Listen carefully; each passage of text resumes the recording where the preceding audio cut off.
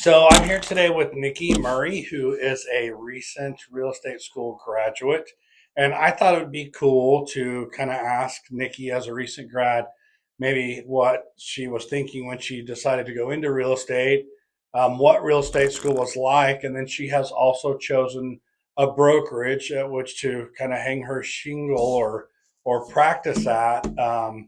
And she graciously agreed to be on camera with me. So thanks, Nikki, for Yeah. agreeing to come spill the beans on your thought process. I think there's a lot of people out there interested in real estate, and hearing different perspectives might validate or help people to realize that real estate is a good option right now for a job and a career, and tell us a little bit about what goes into it and what you have to do. So, Yeah. thanks again. And I guess we'll just start with when you started to think about real estate as a job. What did that look like for you?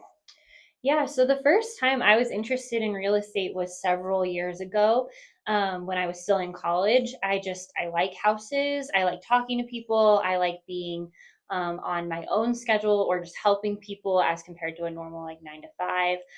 But at the time, I was kind of boxed out by the cost. I couldn't afford it. So I just set that aside.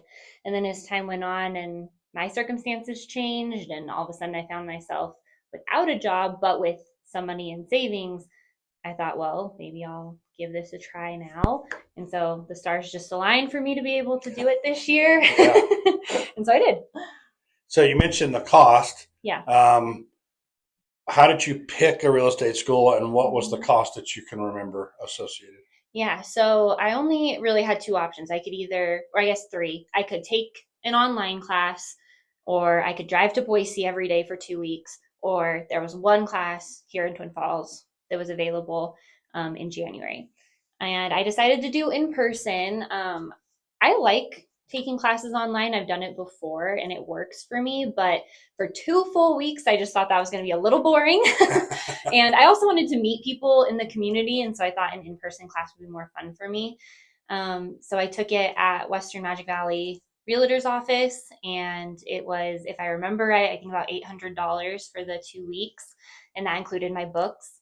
And I'm really glad I took it in person. The material can be a little dry, so you need a good teacher. I did have a good teacher, thankfully. So yeah, I ended up enjoying it. I was nervous because I hadn't been in school for like a decade. I was afraid I wouldn't be able to remember the material. I was afraid I wouldn't be good at taking tests anymore.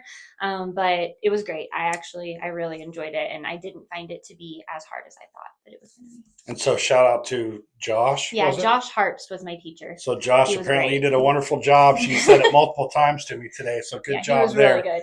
And Boise's about a 2 hour drive for anyone that doesn't know who might be watching. So, I've noticed when helping people set up taking this test, we have the option to take it here locally at the community college, or you can drive about 2 hours north to Boise, or 2 to 3 hours over to the east to Idaho Falls or Pocatello Yeah, or somewhere. to take the Yeah. test. So you have to take the test at a Pearson View testing center. It's a very rigid, sterile. That's all they do is tests, and they actually make you fingerprint and everything. Practically, I'm not retina scan. I'm thinking silly, but they make you put all your belongings into a locker. They put you into kind of a sensory deprived room where they have video recorders on you and audio recorders to make sure you're not cheating.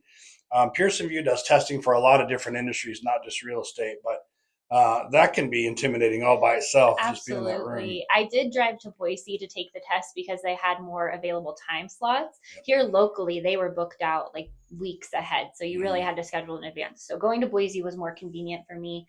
And yeah, it is a very sterile environment. They're very strict about what you can and can't take into the room with you, but it ended up being just fine. Yeah. So if you do get into real estate school, make sure you book that out in advance, because I think a key to success, one of the things that a catalyst to success, if you will, is to take the test as soon as you get out of school, because the longer you wait, the more you'll start to forget what you were taught. And so don't wait till you graduate real estate school to set up the test. Try to start setting it up prior if you can. I drove to the Idaho Falls like 2 or 3 hours away just because I could get in it sooner than the one that was booked up here. Yeah. And so, yeah, I think it was about, so I'm in my fourth year, and it was about 800, I think, by the time you did the background checks and fingerprints and all that. So tell me what you thought about the test. There's two modules you have to take in real estate school. Module 1 and Module 2. You have to pass them both to graduate. Mm-hmm. Then you can sit for the tests. Mm-hmm. So, what did you think about the test to graduate real estate school? Yeah, so you take one test at the end of each week. The first week test, I was like, piece of cake. That was so easy. And then the second week test was hard. So you just got to really study the material from the week. They give you module books, and those are like your Bibles for those 2 weeks. And I thought they were pretty reasonable. They were all multiple choice, thankfully, and yeah, they were okay for me. And mentioning the 2 weeks, so you can take it full time Monday through Friday, like 8 to 5 or whatever, and get it done in 2 weeks. But if you work a day job, you can take night class for real estate school. And since it's like 5 to 9 or half the time each day, then you go for 4 weeks for the night school. Oops, I started the motion sensor. And then the third option she mentioned was online, which I think you have, gosh, I don't know, 6 months to complete it. But I've yet to meet anybody to complete the online, people that I know included, because it's just so much harder when you have to motivate yourself and the modules you have to sit through, and there's, it could be a million distractions at home where you're doing it or whatever. I recommend it in person too. I would have never made it online. So that's for the school. And then once you graduated, what did you think about there's a state test and a national test, right? So for Idaho, we have to take the Idaho test and the national. What did you think about those? So the textbooks that they give you to prep for those, you don't really use those books, or at least I didn't, in real estate school. You use the module books in school. So those other textbooks are to prepare you for the exam.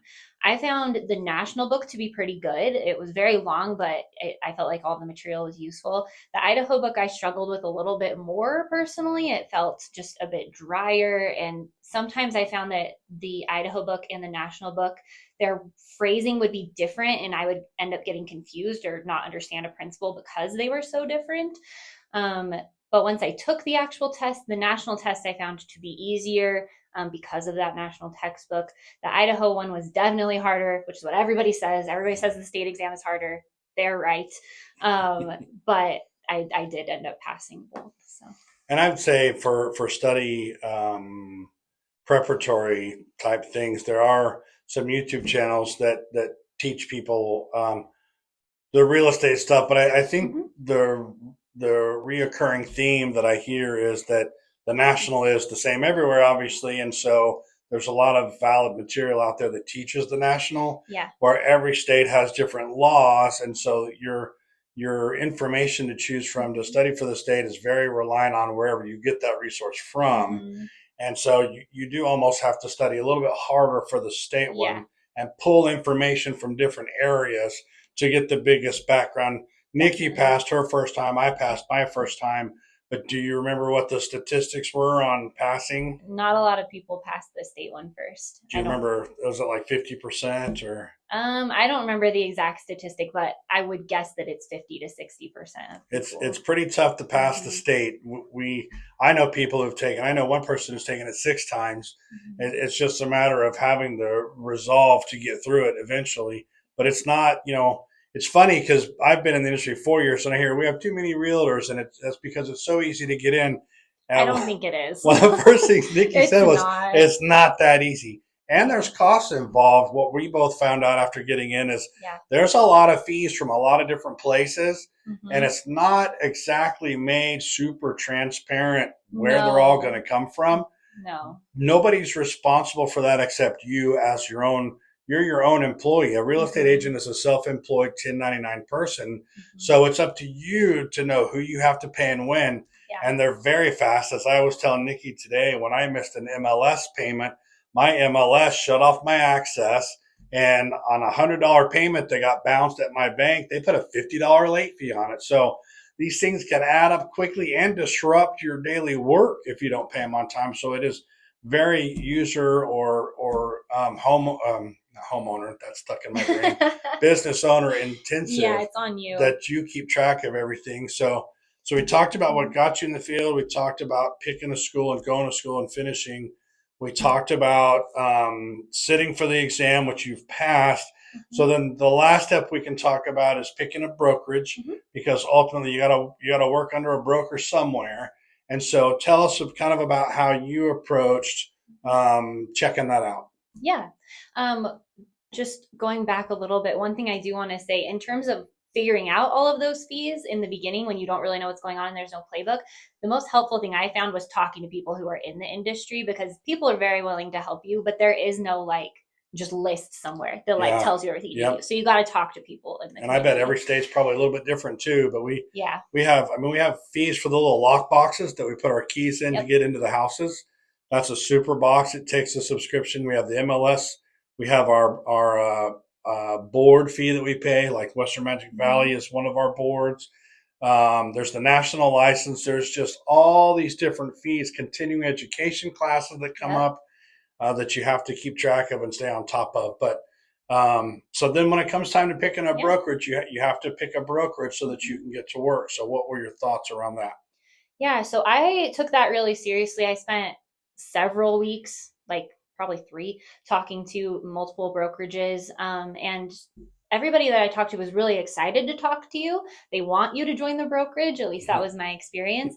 But it is a little overwhelming because most of it is just like a casual conversation with the brokerage owner or with their salesperson. And so they are just giving you all the information all at once for their brokerage. And when you're new, you don't necessarily know what questions to ask.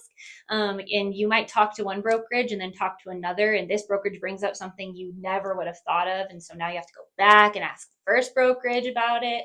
And so my tip for that is just keep a very extensive notebook. I ended up making like an Excel spreadsheet where I put everything in it just so that I could compare them all across the board. You got to ask about like what fees are associated with them, what your commission is, what kind of advertising they do, who pays for the advertising, who pays for photographers. So there's just a lot of information coming at you and you're not going to remember it. So you got to write it down. And then at the end of the day, there's going to be several brokers that are good. There's going to be lots of good options. And so it's just what is the right fit for you. Did you like their vibe? Did you feel like you're going to be comfortable with them? But yeah, you got to write it all down because you're never going to remember it. Yeah, where I came into the same, I came out of healthcare, and I actually talked with one broker, didn't know what else to ask, stayed with that broker, and I've been with the same broker ever since. But I may have to hit you up for that spreadsheet. Yeah, because that could be extremely helpful with new people coming on board. But yeah, and then you know, as we talked about at lunch today, there's kind of a mixed emotion with who you talk to on if you're not happy, should you leave or find another brokerage. But I can tell you my experience in life as an employee or as my own employee, or as I would tell anybody else, if you're working for yourself, if you're not happy with the situation where you are, you should find somewhere else. And there's a lot of motivational speakers out right now that say, if you're not happy where you're at, go somewhere where you are happy. If you're not appreciated, go somewhere where you are appreciated. We only have one life to live, right? If you're not happy where you're at. And I actually use that sometimes in social media posts where people are complaining about how high the cost of living is somewhere. I'm like, well, if you're not happy with the cost of living, move. You're not a tree. You know, that's something Jim Rohn used to say all the time. There's nothing stopping you from changing your environment. And so if you do pick a broker and it doesn't work out for you, it's completely up to you to pick another brokerage and find what does fit for you. But an extensive research methodology like Nikki did is a really good plan, because you will learn different things from different people, and then you add that to your book. Oh, that's a good point. I'll start asking everybody else that question. What do they do for that? Because you don't know what you don't know until you find out you don't know, and then you add that to the list of what you do know and you start asking. So I think that's about all I can think of. Nikki's right at the point now where she's going to be starting the action of taking on new clients and showing them houses and learning how to write contracts. So it's very exciting. She's actually boots on the ground kind of stuff now where she can start to do transactions. It's very exciting. And I can't wait to see how everything turns out. And then if you ever have any questions, you're always welcome to contact me. I will. So thanks for tuning in, and we'll see you next time.